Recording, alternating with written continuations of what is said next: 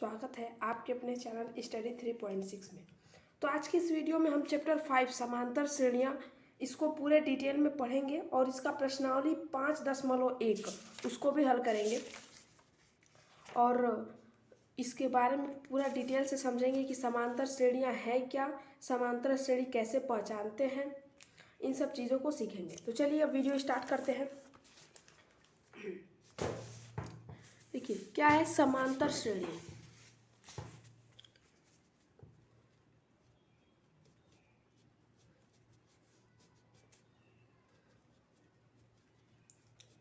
समांतर श्रेणी इसको इंग्लिश में कहते हैं, इंग्लिश में या फिर इसको आप शॉर्ट फॉर्म में इसको आप एपी कह सकते हैं और इसको इंग्लिश में बोलते हैं अर्थमेटिक प्रोग्रेशन। इसको इंग्लिश में कहते हैं अर्थमेटिक प्रोग्रेशन। और देखिए अब समांतर जो श्रेणी है, समांतर श्रेणी को आप पहचानेंगे कैसे कि ये एक समांतर श्रेणी है कि नहीं है। इन सब चीज़ों के बारे में आपको सीखना पड़ेगा, क्योंकि जो प्रश्नावली 5.1 है उसमें बस यही दिया है कि कैसे पहचान करेंगे कि है कि नहीं। बस यही पूछा है उसमें कि क्या उपरोक्त श्रेणी एक समांतर श्रेणी है कि नहीं।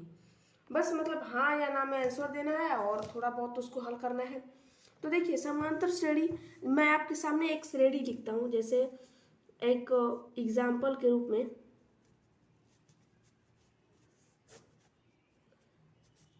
पहला नंबर में मैं एक श्रेणी लेता हूँ 2, 5, 8, 11 ऐसे। और दूसरे नंबर पे एक श्रेणी लेता हूँ 3, 9, 10, 12, 15। अब देखिए पहले वाले में आप देखोगे कि कुछ इसमें एक देखोगे कि निश्चित अंतर मिल रहा होगा, सब में एक बराबर बराबर का अंतर है।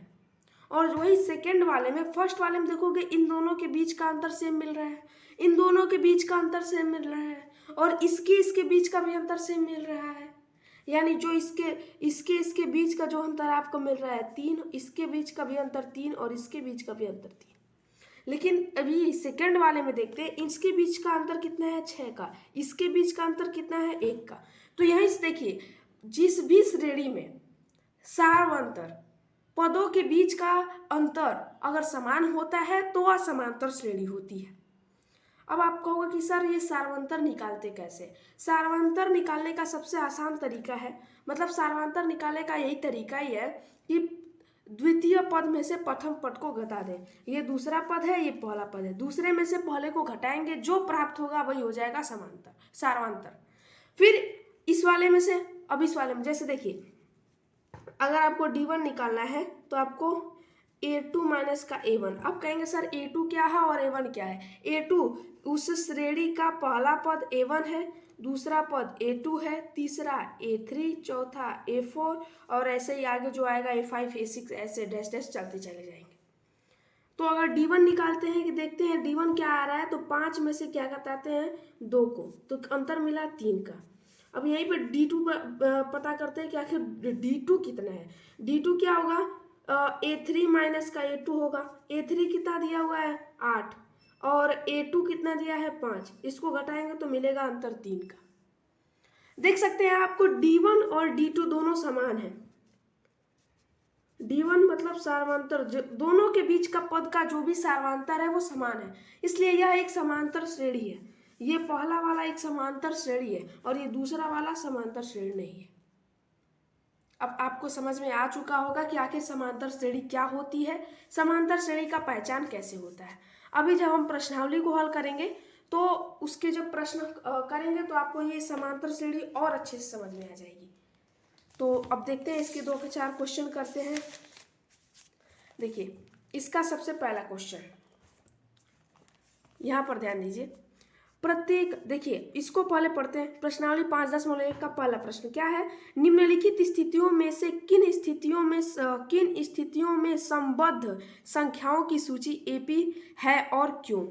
अब देखिए पहला क्या दिया है, प्रत्येक किलोमीटर के बाद का टैक्सी का किराया, जबकि प्रथम किलोमीटर के लिए किराया 15 रुपये और अतिरिक्त किलोमीटर के लिए किराया 8 रुपये है। अच्छा, मान लीजिए यह एक टैक्सी है,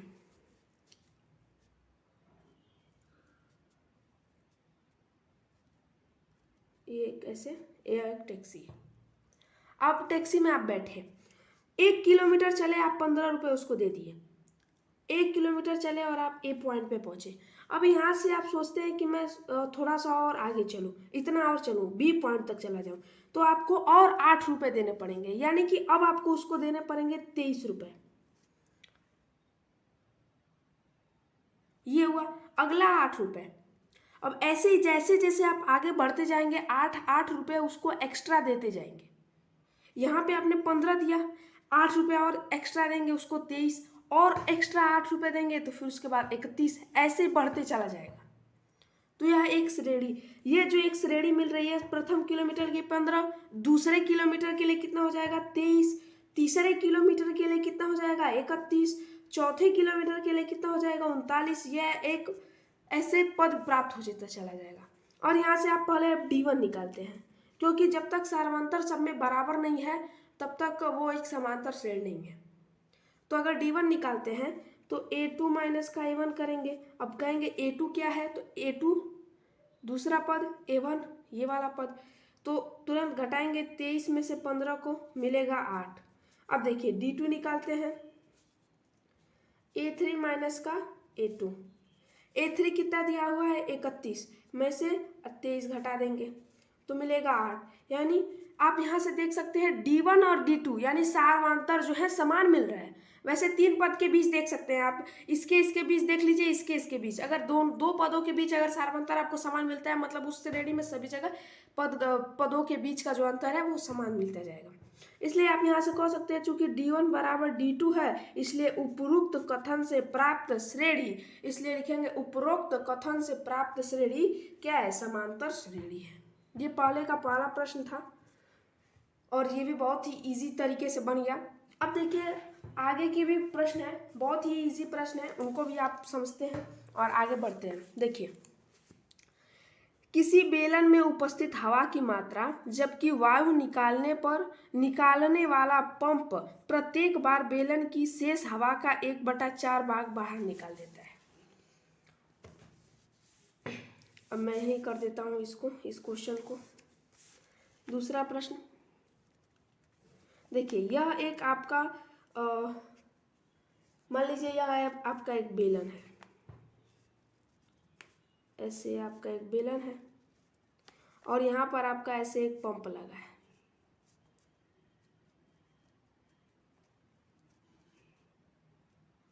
पंप लगा है, जैसे ही आप एक बार पंप मारोगे इसमें उपस्थित जितनी हवा है उसका 1/4 भाग बाहर निकल जाएगा।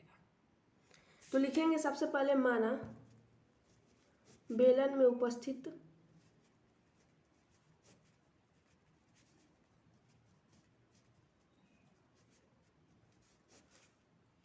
हवा बराबर 1, इतना हवा इसमें है। अब देखेंगे कि जब एक बार आप इस पे पंप मारते हो तो इसका 1/4 हिस्सा, मतलब 1/4 हिस्सा आप इसका बाहर इसमें से निकालेंगे।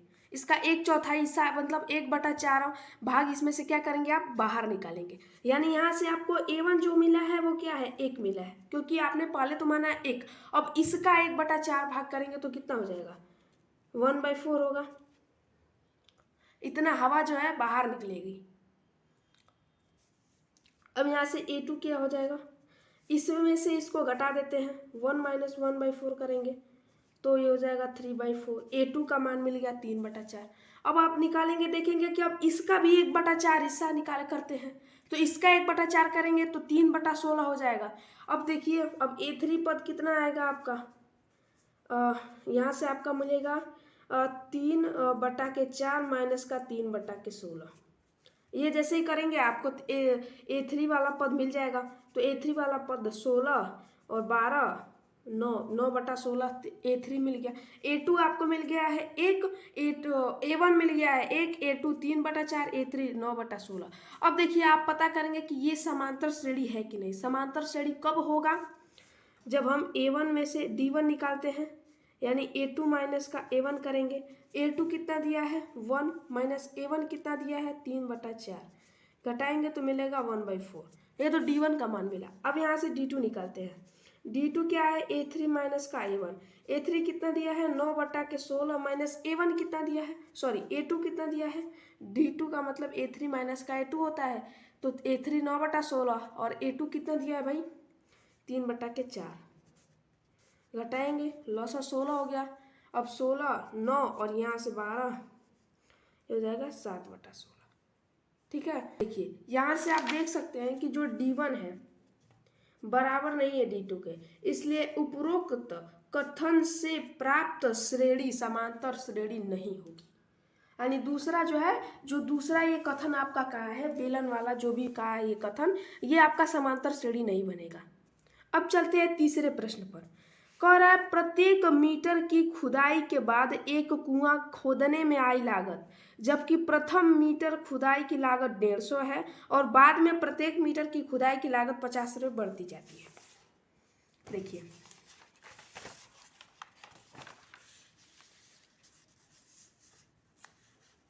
इस क्वेश्चन का सेंस क्या बोला है कि एक कुआं है, मान लीजिए यह एक कुआं है आपका,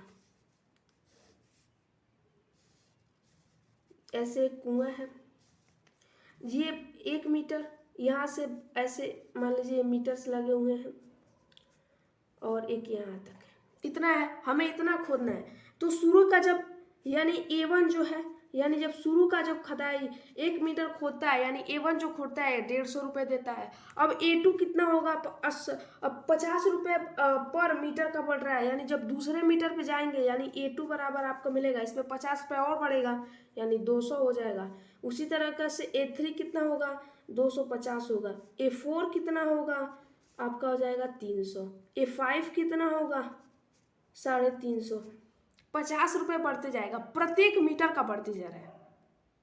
तो देखिए सबसे पहले तो 1 मीटर खोदा 150 रुपये ले लिया। अब जैसे ही वो दूसरे मीटर पे जाता है तो कह रहा है कि अब 50 रुपये मुझे और अधिक करके मुझे पैसा दीजिए। तो 50 रुपये जैसे ही हम उसको और अधिक देते हैं वो 200 रुपये हमको उसको देना पड़ेगा। अब देखिए फिर हम तीसरा मीटर पे खुदाई करते हैं, तो तीसरे मीटर पे खुदाई करेंगे तो 50 रुपये और ले रहा है, तो 250 हो गया। फिर चौथे मीटर पे जाते हैं तो फिर 50 रुपये, ऐसे मतलब बढ़ते जाएगा। तो यानी कि आप दे सकते हैं कि आप यहाँ से D1 निकालते हैं, A2 माइनस का A1 करते हैं। A2 कितना दिया हुआ है भाई, 200 दिया हुआ है। A1 कितना दिया है, 150 दिया है। घटाते हैं तो 50 मिला। D1 आपको 50 मिल गया।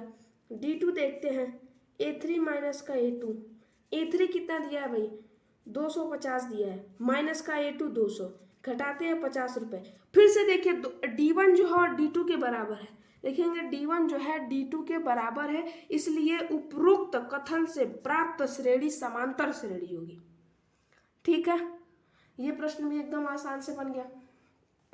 देखिए क्या दिया है, चौथा प्रश्न, खाते में प्रत्येक वर्ष का मिश्र धन जबकि एक 10,000 की राशि 8% वार्षिक दर से चक्रवृद्धि ब्याज पर जमा की जाती है। Question number 4। देखिए पहले वर्ष की जो राशि है,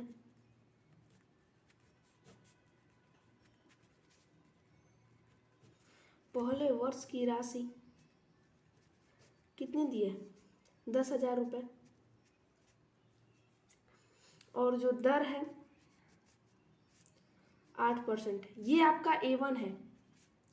ठीक, अब देखिए समय तो 1 वर्ष ही रहेगा। आप इसको 2 तरीकों से लगा सकते हैं, एक तो चक्रवृद्धि ब्याज वाले सूत्र से लगा सकते हो और एक साधारण ब्याज वाले सूत्र से। साधारण ब्याज वाले को निकालने के लिए आप एक बार निकालोगे फिर उसको जोड़ोगे, ऐसे निकालना पड़ेगा। तो चलिए मैं बताता हूँ साधारण ब्याज वाले से। देखिए साधारण ब्याज वाले से निकालेंगे, साधारण ब्याज का फार्मूला क्या होता है, मूलधन गुणे दर गुणे समय बटा में 100। अब 00 से 00 कटेगा, ये मिला 800, यानी ब्याज आपको 800 रुपये मिल गया। तो अब मिश्र धन कितना होगा, ये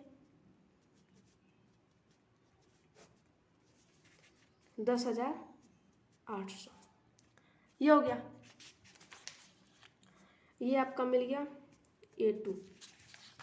अब देखिए अब ये वाला जो ये है A2 है। अब तीसरे वर्ष मतलब अब अगले बार के लिए ये मूलधन बनेगा, ये मूलधन बन जाएगा। देखिए कैसे,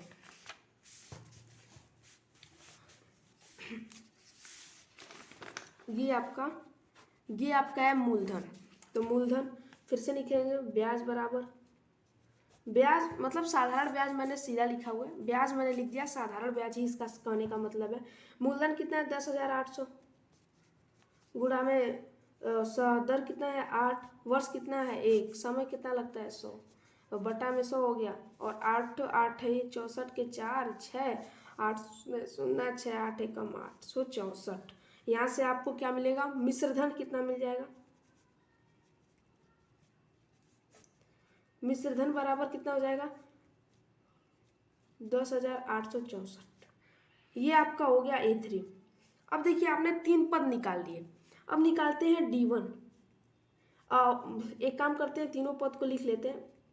पहला पद था 10,000, दूसरा पद था 10,800, तीसरा पद था 10,864 डैश डैश। अब देखिए यहाँ से D1 निकालेंगे, A2 माइनस का A1, A2 कितना है 10,800 माइनस का 10,000 मिल गया 800।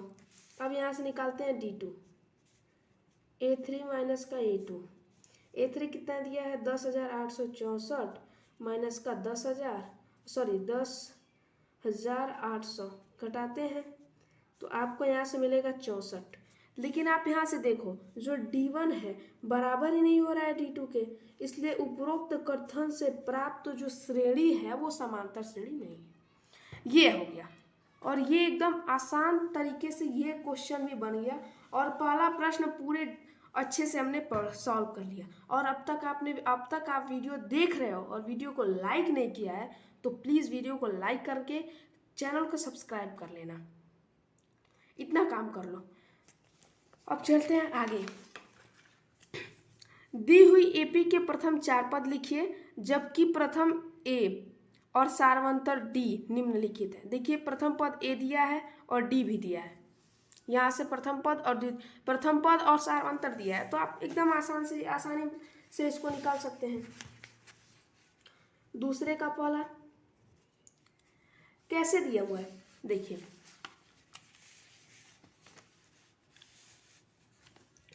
कैसे दिया है, आपको A1 जो दिया है वो 10 दिया है और D जो दिया है वो भी आपको 10 दिया है। अब श्रेणी आपको बनानी है, तो A1 तो आपको 10 दिया है, जो A2 है तो A1 में जब D जोड़ेंगे तो आपको मिलेगा अगला पद, तो अगला पद क्या मिलेगा 20। देखिए यहाँ से आप एक फार्मूला ही समझ लीजिए, इसको आप नोट ऐसे करके नोट करके कहीं इसको आप लिख लीजिएगा कि अगर आपको A2 निकालना है तो A1 प्लस का D, अगर A1 प्लस का D, ठीक, अगर A3 निकालना है तो A1 प्लस का 2D, अगर A4 निकालना है तो A1 प्लस का 3D। ये फार्मूलेज होते हैं। तो यहाँ से तो आपने A1 का मान हमको पहले से दे रखा था, A2 का मान हमने इस फार्मूले से निकाल लिया। अब A3 कितना हो जाएगा आपका, A1 दिया है 10, ये 20, तो यहाँ से आपको मिलेगा ये 30, अगला पद मिलेगा 40, ऐसे डैश डैश डैश करके ये से आपको 1 2 3 4 प्रथम 4 पद ज्ञात करने थे, प्रथम 4 पद हमने ज्ञात कर लिए। ये हो गया आपका आंसर, ये नोट कर लीजिएगा, ये आगे वाले क्वेश्चंस में इनकी ज़रूरत पड़ेगी। ये वाला याद रखिएगा कि मान लीजिए आपको A2 निकालना है तो A1 प्लस का D, A3 निकालना है तो A1 प्लस का 2D, ये आप याद रखिएगा कि कैसे निकालना है पद। तो अगर आपको ये पता है तो फिर अगले प्रश्न भी आपको बहुत ही अगले प्रश्नावली के जो प्रश्न हैं वो भी थोड़े आसान आपको लगेंगे, क्योंकि उसमें पद ज्ञात करना पड़ता है। तो यही फार्मूला लगाएंगे तो फटाफट उसमें भी पद निकल जाएंगे। अब देखिए सेकंड प्रश्न देखते हैं। आपको A1 क्या दे रखा है माइनस का 2, D कितना दे रखा है 0। अब देखिए A1 आपको मिल गया -2, अब A2 कितना मिलेगा -2। A3 कितना मिलेगा? -2। A4 कितना मिलेगा? -2। ये आपका होगा आंसर, क्योंकि आप इसी का मान यहाँ रख के देख लो। अब A2 निकालोगे तो A1 -2 दिया है, और D में D को रखेंगे तो 0, तो -2 और +0 तो बना ही -2 हो जाएगा। और फिर A1 है -2 और 2D यानी 2 × 0 आपको मिलेगा -2, मतलब -2 कोई इन दोनों के बीच का जो सारा अंतर है वो 0 है। अब देखिए तीसरा प्रश्न क्या दिया है। अब देखिए आप इसको ऐसे भी, तीसरे प्रश्न को आपको मैं एक तरीके से ऐसे हल करके बताता हूँ। 4 दिया है और D का मान दिया है -3। अब यहाँ से लिखोगे A1 आपको मिला ही है, A2 लिखोगे तो A1 प्लस का 2D, A1 प्लस का D। A1 दिया है 4, D दिया है -3, तो A2 आपका मिल गया 1। अब देखिए A3 यहाँ से लिखोगे A1 प्लस का 2D। A1 कितना दिया है? 4 + 2D मतलब -6, यहाँ से मिल गया -2। यानी अब यहाँ से A4 भी आप निकाल सकते हो। A4 बराबर A प्लस का 3D। A कितना दिया है? 4, 3D मतलब -9, ये आपका मिलेगा -5। A4 यानी आपके जो 3 पद हैं वो कौन कौन से हैं? एक शुरू का पद है 4, 1, फिर -2, फिर -5, डैश डैश करके आप लिख सकते हैं। तो ये होगा आपका आंसर। आप ऐसे करोगे तो और अच्छा है, इस टाइप से करोगे तो और बढ़िया अच्छा रहेगा, और ऐसे भी करते हो तब पर भी ठीक है, लेकिन ये वाला जो है ना ये थोड़ा देखने में भी अच्छा लगता है, तो आप ऐसे ही करोगे तो और अच्छा और बढ़िया रहेगा। अब देखते हैं अगला प्रश्न।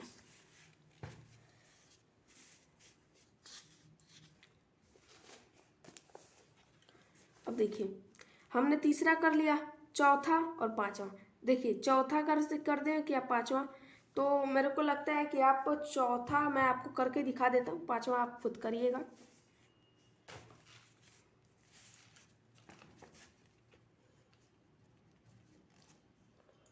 सॉरी, तीसरे का पहला प्रश्न। हाँ नहीं, दूसरे का चौथा नंबर। A बराबर दिया है -1, D बराबर दिया है 1/2।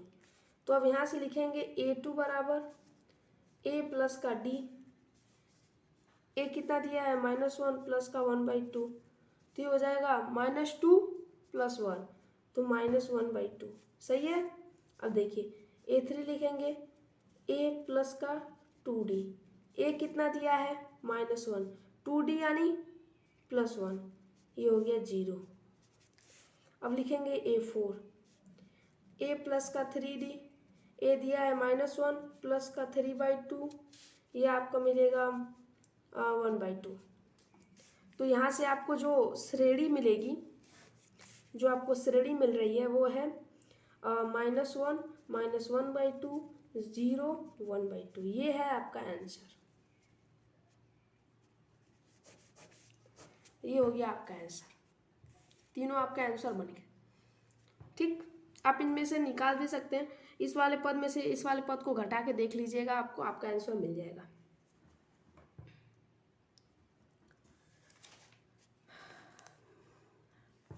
अब चलते हैं, ये वाला प्रश्न आप कर सकते हैं, इसलिए मैं इसको छोड़ रहा हूँ, क्योंकि सारा क्वेश्चन मैं करा दूंगा तो आपको भी तो कुछ रहना चाहिए ना, आपके भी मन से आप भी कुछ करो, एक आध दो क्वेश्चन हल कर लो, तो इसलिए मैं इसको छोड़ता हूँ। और अब बाकी के प्रश्न अगले वीडियो में हम लोग करेंगे, और इसके बाद से आपको पढ़ना पड़ेगा AP का nवां पद। इसके बाद यही हेडिंग दिया है, तो यानी कि मैं यहाँ से आपको 2 तक क्वेश्चन करा चुका हूँ। नेक्स्ट वीडियो में तीसरा चौथा कराया जाएगा, और इसके अगले पार्ट में AP का nवां पद कैसे निकालते हैं इसके बारे में मैं आपको बताऊँगा। तो अगर आपको ये वीडियो पसंद आई हो तो वीडियो को लाइक कर दीजिएगा, और चैनल को सब्सक्राइब करके बेल वाला आइकन दबा दीजिएगा। तो मिलते हैं किसी और वीडियो में, तब तक के लिए टाटा बाय बाय, जय हिंद, अपना ख्याल रखिए।